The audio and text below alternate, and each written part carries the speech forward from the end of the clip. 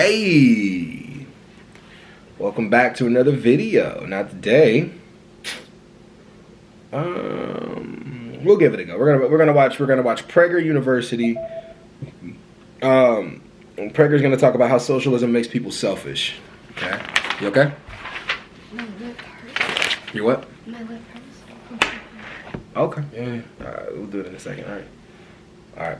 Anyways, y'all. So we're gonna watch Prager University. Socialism makes people selfish. 5-minute video. So let's see. I don't see how within the definition of socialism, but maybe like we can get something out of this that may be interesting. I don't see how socialism can make people selfish. But anyways, y'all subscribe, turn on post notifications, and smash that like button up. If you come here for knowledge, you're gonna gain it. I'm definitely a knowledgeable guy, and I love knowledgeable conversations, and we definitely can have those conversations. All right, let's hop right into it.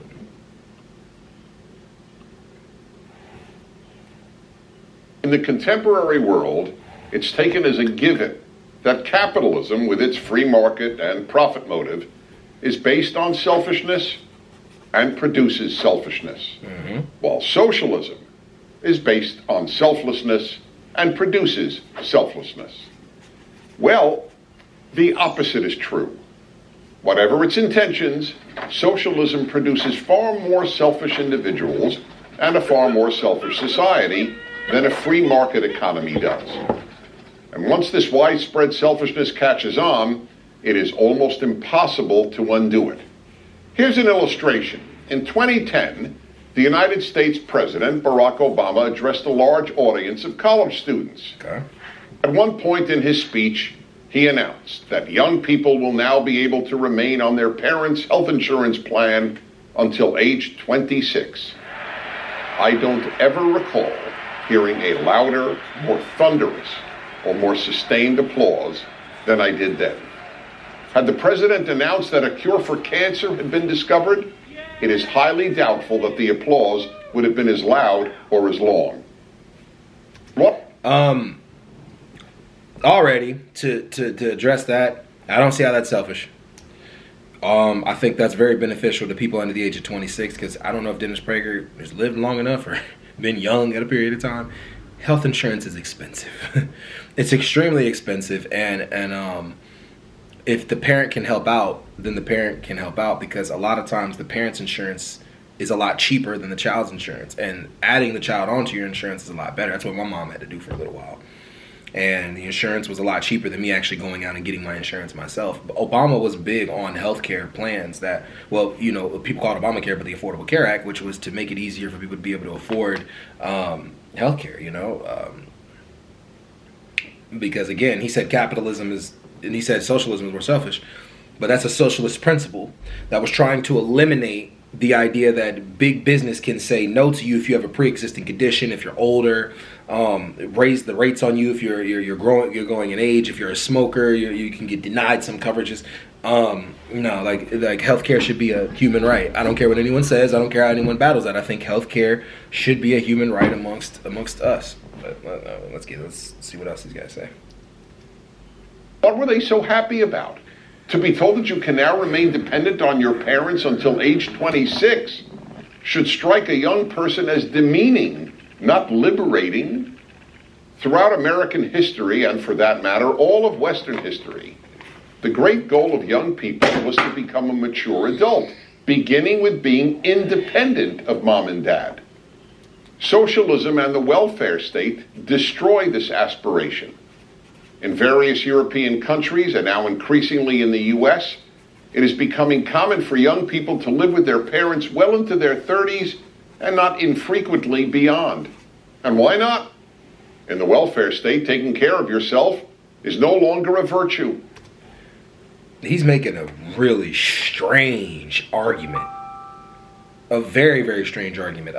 First of all, I was looking up this stat, and you guys can go find it yourselves, where it was talking about how in the 1970s, to every $1,000 that a person made in the 1970s, we've lost 300 with expenses. So, you know, for every house that was $100,000 back in the 1970s is now up to $350,000. It's become more expensive to live. I don't know where Dennis Prager has been at or what what rock he's lived under all these fucking years, but Jesus Christ, like living off your parents is somewhat is a necessity almost right now, or living off somebody who's already established the ground, you know. It's definitely something that's a needed necessity. Now, I don't think you should do it forever, but I definitely think to get you to the next level, yeah, for sure.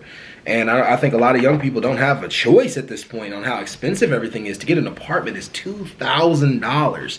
Some people make that in a check, and in a month's worth of time, you know. So I don't know what the welfare state has to do with that, but the increase in prices is why that's happening. Why? Because the government will take care of you. Therefore, socialism enables, and as a result produces, people whose preoccupations become more and more self-centered. How many benefits will I receive from the government? Will the government pay for my education? Will the government pay for my health care? What is the youngest age at which I can retire? How much paid vacation time can I get? How many days can I call in sick and still get paid? How many weeks of paid paternity or maternity leave am I entitled to? The list gets longer with every election of a liberal or progressive or left-wing party. You know, I really don't understand capitalists. I do understand capitalists. They care only about the surplus going to them. They don't care about anything else, but none of those things that anybody is asking for is a bad thing or wrong. Okay, I got an example. There was a company that I was working at where they don't have sick pay. They don't have any sick pay. You get 3 floaters, and you get vacation time that you have to, put in for. You have to put in for, right? The floaters, this was like, I think in January when all this happened. No, it wasn't January when all this happened, but everybody got sick, right? And literally, like, everybody got sick. The numbers went down. Things were going wrong, but a lot of people got sick. And people were coming in because they were sick, making other people sick, making it impossible for people to work, right? If they would have just had 5 extra days they could call off for sick, everybody, when they got sick, the numbers wouldn't have dropped precipitously, and things would have gotten a little better for things. But things would have gotten a little better for that company that I was in at the time. Why? People are asking when it comes to sick days, 5 days, maybe a week. 2 weeks out of 365 days out of the year that they work for a company. 2 weeks. 1 week of vacation. 2 weeks of vacation. 3 weeks of vacation. That's a month worth of time. It's a month worth of time. I don't see anything wrong with a month worth of time with people getting time off. Why is it complicated for capitalists to realize that you do nothing sitting at home watching the numbers, or sitting on a board watching the numbers? Somebody who slaves, comes in every day, takes their car and does construction or does any of these complicated jobs out here, technical field, anyway in the technical field, they want as much time they can spend with their family as possible. Why is it so much like no time with your family, work? I know people that work 70 hours a week. Like, it's crazy in this country, but every other country is okay with this. Every other country is okay that has an extreme surplus of money in the country and investing back into the citizens. That's why China is surpassing us. You really want to talk about it? That's why China is where they are right now. China invests in the citizens. Like, people say it was slave labor. I end up learning, like, they don't even work. Some of them don't even work 40 hours a week. And they're making the same amount we're making and able to live in certain places. Now, they did have a housing crisis, but there's a lot of debate on why that happened. But still, China, like Japan, the UK, the Netherlands, like all these places people enjoy living. Like, people don't even want to be a part of America barely anymore because of things like this. But, I mean, to each his own. Debate me in the comment section. And then each entitlement becomes a right. But we're not done. There are even more destructive effects of socialism. Entitlements create citizens who lack a character trait that every human should have: gratitude. You cannot be happy if you are not grateful, and you cannot be a good person if you're not grateful. That's why we constantly tell our children, say thank you. Socialism undoes that. After all, why would a person be grateful for receiving an entitlement? Who's going to be grateful for getting what they're entitled to? So instead of thank you, the citizen of the welfare state is taught to say, what more am I entitled to? Yet the left insists that it's capitalism and the free market not socialism, that produces selfish people. But the truth is that capitalism and the free market produce much less selfish people. Teaching people to work hard and take care of themselves and others, and that they should earn what they receive, produces less selfish, not more selfish people.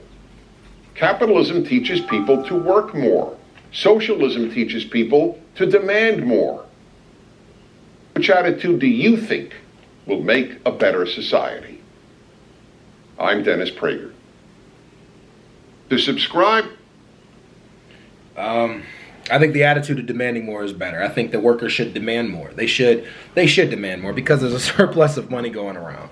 The 1% of the population should not be having all the money and the ability to be able to choose and write their own ticket in life. It should be workers should have the ability to do that. I think that socialism is pushing us better towards a better society. I don't think that those attitudes come from socialism at all because, I'll give a prime example, our neighbors Canada, right? I went up to Canada. I've been up to Canada once, but I've always dealt with Canadians through the border, right? I don't want to talk too much, but I've always dealt with Canadians to a degree. They're all happy. They have their issues in Canada, like they're like the healthcare system has its issues. Definitely, everywhere has issues, but they're happy up there. I think it was Germany or somewhere in Africa. There were two places I was learning about where on Sundays you don't work. You don't work the weekends.